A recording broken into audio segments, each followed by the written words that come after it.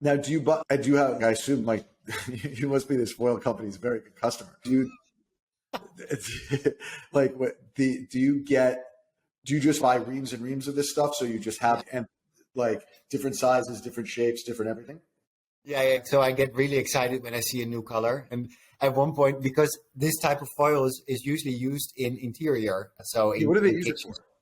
Yeah, in the interior industry, in kitchens, for instance, they when you want to redecorate your kitchen cabinets and you don't really want to buy new ones, then you apply the foil to your kitchen cabinets and you have a new color. Or you can apply the foil to your car. It's called car wrapping, and it's Oh, extremely yeah. So it's you have these cool cars driving by with all these rainbow shiny colors, and it's basically foil. And so that's what you does it, use it.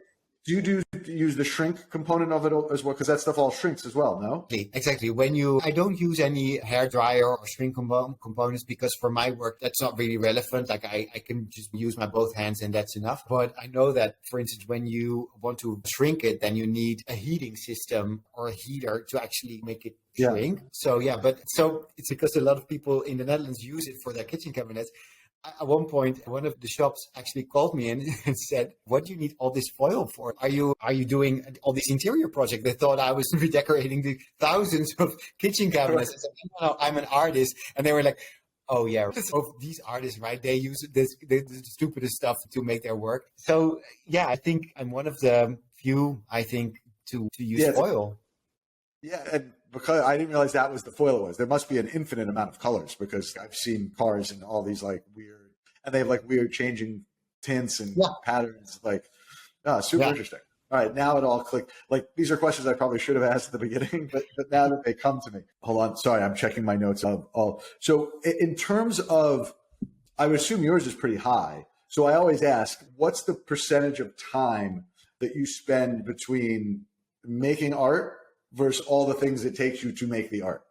Oh yeah, all the side stuff. Yeah, it's because you're a one-man band, right? So like you have to do everything. I think let's on a happy day, I get to work like maybe 4 hours on the actual work and then have 3 or 4 hours spending on PR, administration, boxing, like the ordering stuff, answering emails.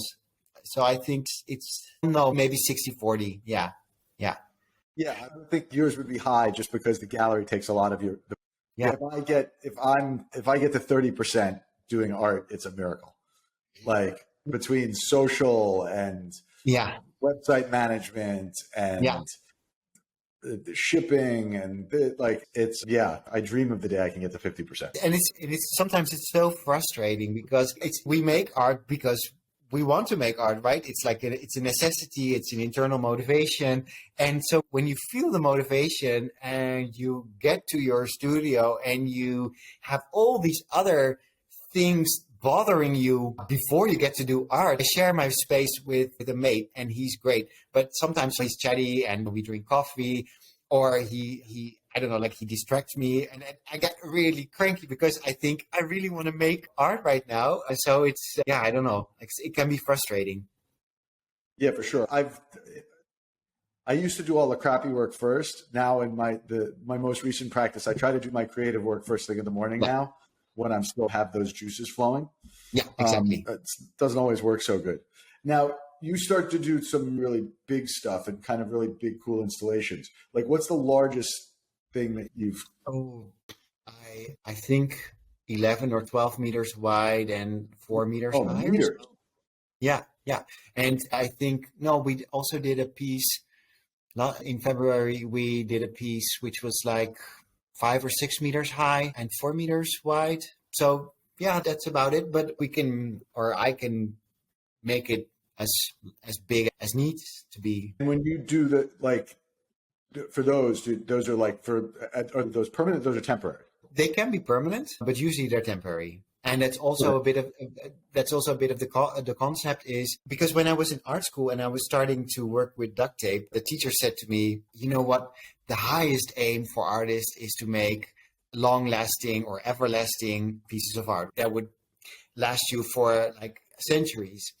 And I've always been very annoyed by that statement because I feel that great art is art that comes from a place where someone is fascinated about something, and like you need to be able to work with the material that you need to work with, right? So I started to create these murals where I would actually fight that long-lasting or everlasting character, and I would actually demonstrate that, art can also be very temporary, and I would take it off and then the image would still be in your head instead of on the wall. It came about from this point of view where I thought, no, art should not only be about long lasting.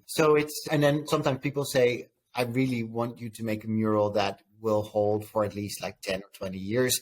And of course I can do that. So then I apply little nails and extra tape so that it will not peel off. But usually when the walls are in good condition and the foil is right, then it can last a lifetime, really. Yeah. Kitchen cabinets last a lifetime. Cars last for a long time. Yeah, exactly. It's strong. Yeah. Correct. Right. It's delicate when you hold it, but strong once it hits the wall. Exactly. One of the things I try to ask everybody is dealing with like successes and mistakes. What was like the biggest mistake or regret like that you wish that you could do? And then on the other side, what was like your most like crowning pride achievement that you think really helped the career move to the up? To start with the latter, I think 3 years ago, the gallery asked me to do a large installation for a festival called Big Art, where you only have these extra large pieces. And I did an installation there. And at first I was a bit reluctant because I didn't know the affair well. And I thought that I had miscalculated the effect or the impact from the art fair. So once I made the piece, and I'm still very proud about that piece, I got a lot of good acclaim or credit or a lot of compliments. A lot of came from it. I think a lot of people saw it. It was in a good location. And so it really, I think that sort of helped spin or spiral the work, like the increase that came after it. So I think that sort of helped rocket the sales and the awareness. So that was good. And actually it was my gallery's decision. Like I said yes, but they were the ones that actually enrolled me into that art fair. That was something about doing really large scale work that gives, I don't know what it is, but like super large scale work gives like credibility. I don't know if it's the fact that you can pull it off. I don't know if it's the fact that it's so big, like it changes, like breaks people's brains. But like there's something about scale that I agree. Once you do a big project, everyone's like, oh, that's the guy, right? Yeah, that's really funny. Yeah, that's true. I'm working on a giant installation now that I'm like waiting for parts for. So I hope it has the same effect. Oh, cool. I'm following you now, so I'm probably about to see it. Yeah. No, and I think my biggest mistakes are usually when I feel, I don't know really how to describe it in short, but I always feel very responsible when I'm doing an exhibition somewhere. So whenever a curator then says, oh, change of plans, we need a bigger piece, the mural needs to be bigger, or I'm sorry, I gave the wall away to someone else and now you have this wall, or these last minute changes. Up until 2 or 3 years ago, I would accommodate and then I would say, oh, sure, I can solve your problem. And that didn't do my work good in terms of you have to be very critical to the end result. So I really learned from those mistakes. Like whenever a curator or a project manager or whoever is in charge of the exhibition has a problem that's not necessarily for you to solve, right? You have to be responsible for the result, the end result of your work and the quality that you feel your work has to have. So I think I've made mistakes in recent or in earlier years where I would diminish the quality of the work. Also because maybe like conditions were crappy, like the walls weren't as good to hold the foil, and I would do whatever to keep the foil hanging from the wall. And it gives me stress, and stress is never good when you're creating large pieces of work. Yeah, so I think 2 or 3 years ago, I realized that. But it's also like a process, right? Yeah, it's funny. That's the interesting part about mistakes, right? I'm a big believer in failing forward, right? Like those mistakes turn into solutions, right? Those mistakes turn into different ways to change your thought pattern. I always say some of my best work was my biggest mistakes. Like I was trying to do something else, screwed it up, and like I was like, oh, that looks better than what I was trying to do. And so I'm always curious to see like And it's nice to see the way you frame it. It's like, yeah, this was a big mistake, but it led me here. And that's really what this whole journey is about, is this kind of improvement, failing forward, improvement through adversity, stress, failure, whatever it might be. Absolutely, absolutely, and also being frank to yourself and not criticizing yourself too hard over it. Just like there'll be another chance to prove them wrong, to show different. So it's like you need to have faith in, and then I think, and then also because when I look at murals, for instance, and I think maybe 1 or 2 in 5 actually I'm actually happy with, and the other 3 is I learned while making it, and like these lessons, these learnings you want to incorporate and then take with you to the next one. Yeah. That's all you have to do. Yeah. All I want to do, first I want to say thank you. This has been super interesting. Now that I know more about like your work, and we're done with the hour already, by the way. That's how fast this goes. Cool. So as we come to the end, just to thank you, because now I know even more about your work. I'm going to follow it even closer, and I'm going to start digging. I'm going to see if I can dig through the internet and find some duct tape work that's floating out there somewhere. Before we go, how do people find you? Your social channels, your galleries, your website. Tell everybody how to find you.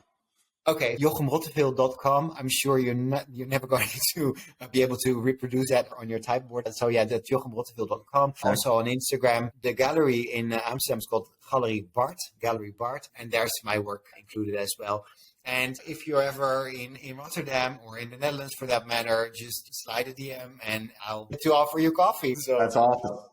Just slip. So you heard that here first, everybody. You just slide into his DMs and you can get a studio visit. But remember, you're not going to be able to get any work there. So just keep. Yeah. Hey, Al, thank you so much for an amazing interview. And I can't wait to keep following the progress and seeing what you have in store for us. Actually, one last thing. Before you go, do you have any big shows or anything coming up that we should be aware of, that we should look for?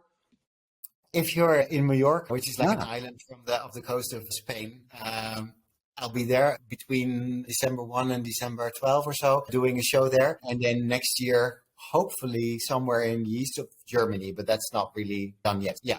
So Mallorca is the first stop. I actually spent several weeks in the summer in Mallorca this summer. No way. Yeah. That's so cool. I love it. It's absolutely fabulous. Yeah. Okay. Once again, thank you very much. And everybody, keep your eyes out. Thank you so much. Okay. Stop.